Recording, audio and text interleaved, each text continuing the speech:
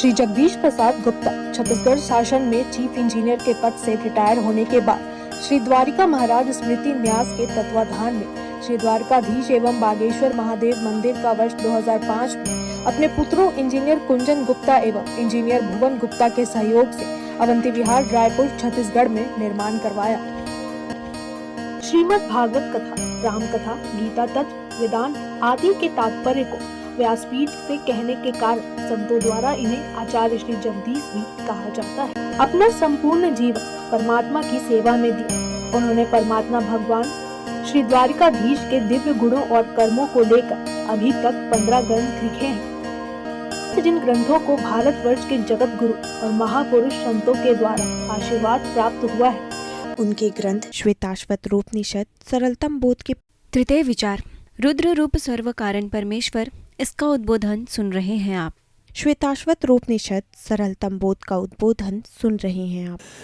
तो परमात्मा ब्रह्म श्रेष्ठ कैसे है, इस पर श्रीमद् भागवत के द्वारा जो कहा गया है, यदस्य नाभ्यात् नलिनाद हमासम महात्मना, विराट पुरुष नारायण की नाभि कमल से यद अस्य नाभ्यात ब्रह्मा का जन्म हुआ। यह संपूर्ण विश्व उन्हीं नारायण में स्थित, उन्हीं भगवान नारायण। अब इसको समझ लीजिए, जब ब्रह्मा नाड़ी में स्थित है भगवान की नाभि में, अब ब्रह्मा ने पूरे जगत को बनाया है, ठाकुर जी ने स्वीकार किया है जगत के निर्माण के लिए त्रिगुणात्मक शक्ति को अपनी, तो ब्रह्मा उसकी पहली शक्ति निर्माण के लिए।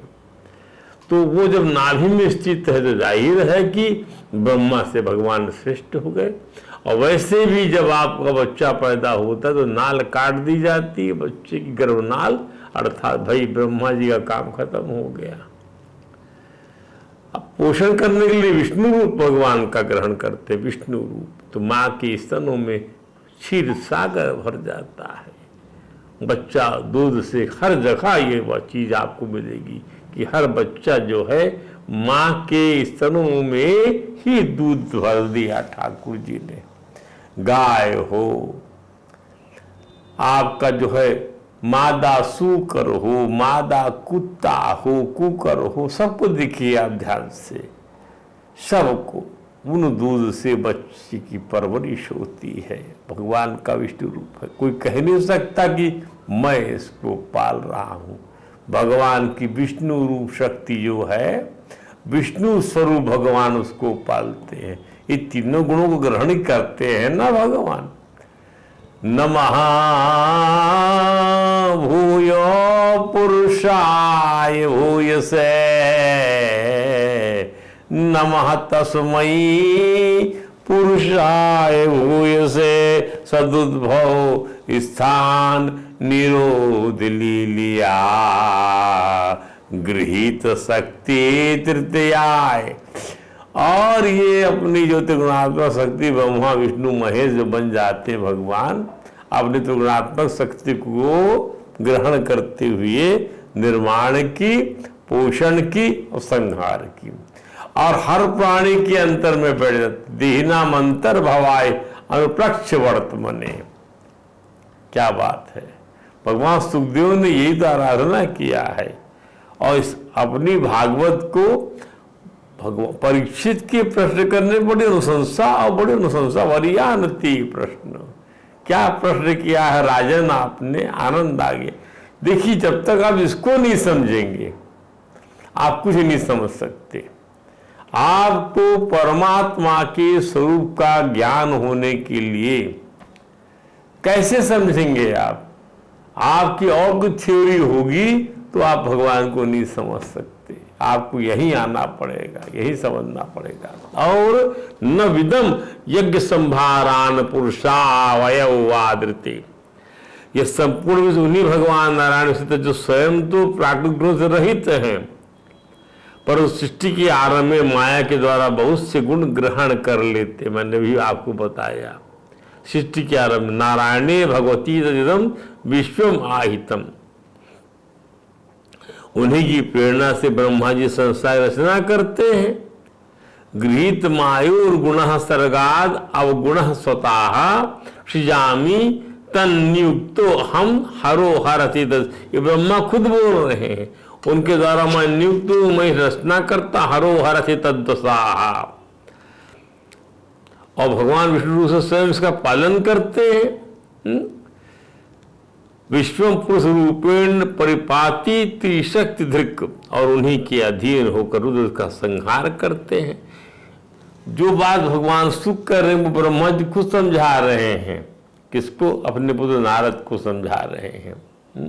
ये बात बाद में मैत्री जी ने भी समझाई है। इसलिए ये सबको तत्व ज्ञान की, जितने को आप तत्व ज्ञान समझना चाहते हैं उसको तत्व तो यही है। ये बुनियाद जानना बहुत जरूरी है। सर्ग कैसे, सर्ग की कर्म क्या है? अत सर्गो सर्गो अत्र विसर्गश्च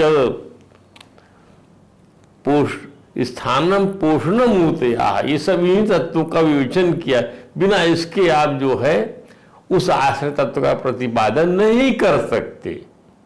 ध्यान दीजिए, परमात्मा का आश्रय यदि आप समझना चाहते हैं तो आपको इन तत्वों को समझना ही पड़ेगा। इसलिए बार बार कहते जाओ कथा सुनो, कथा सुनो नहीं, भगवान के इस जो है तत्व को समझने की कथा है। कथा माने जब भगवान उसके महानायक हैं, दिव्य पुरुष ही इस कथा के केंद्र में है, उसको समझो। आपको लगता है तो हमारी अरे भाई तुम्हारे बीच ही कथा है, तो जो उन्होंने किया वही तुम करो, उससे हटकर कोई कुछ नहीं कर सकता। आपको लगेगा कि यार ये तो मेरा ही सुख है, मेरा ही दुख है, मैं ही तो भगवान कृष्ण ने तो यही बताया, देखो पालन है, पोषण है, प्रौढ़ अवस्था है, माँ बाप का स्नेह है, अपने सगे माँ बाप के पास से आके यहाँ रह रहे हैं, वहाँ रह रहे हैं, वहाँ प्रेम की रचना कर रहे हैं, वहाँ जो रास रचा रहे हैं। बहुत सारे इसके पीछे में जो है तात्विक दर्शन बतलाए जाते हैं, बहुत सारे। इस सब में आप जो है रचेंगे पचेंगे तो आप लगेगा और सुने और गाएं और कहें, तो कल्प कल्पांतर तक में इस सब कथाएं प्रचलन में आती हैं। फिर क्या है?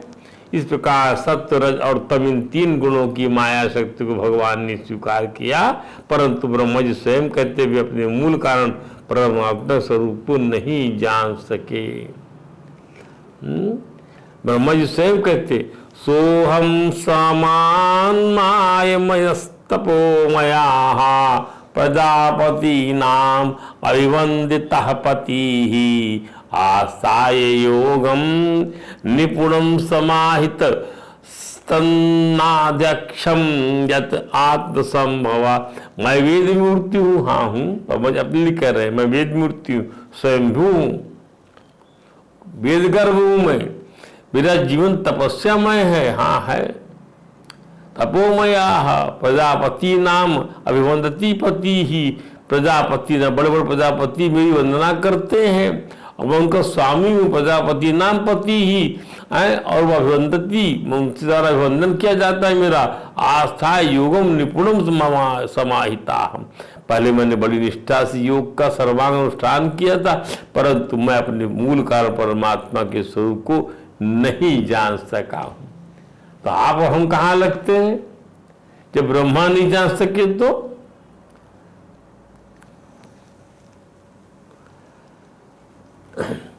राजा अर्जुन ने भगवान परमा श्री नारायण कृष्ण के विराट दर्शन किए और स्तुति करते हुए कहा वायु यमो अग्नि वरुण शशांका। वायु, यमो, अग्नि, वरुण, शशांका। वायु, वायु देवता, यम देवता, अग्नि देवता, वरुण देवता, शशांक प्रजापति प्रपितामहश्च। पितामह नहीं, पितामह के भी पिता हुआ, पर पितामह ब्रह्मा के बाप हुआ। नमो नमस्तेस्तु सहस्त्रकृत्वः पुनश्च भूयोपि नमो नमस्ते। आपको बारंबार नमस्कार है। ततः यदुत्तरतरम माने, ततः यदुत्तरतरम, तथा पद से पूर्व मंत्र में आए हुए हिरण्यगर्भ ब्रह्म तात्पर्य है, उससे परम उत्तरतर है। उत्तरतर शब्द का अर्थ संस्कृत में होता है उत्तम, उत्तर और उत्तम।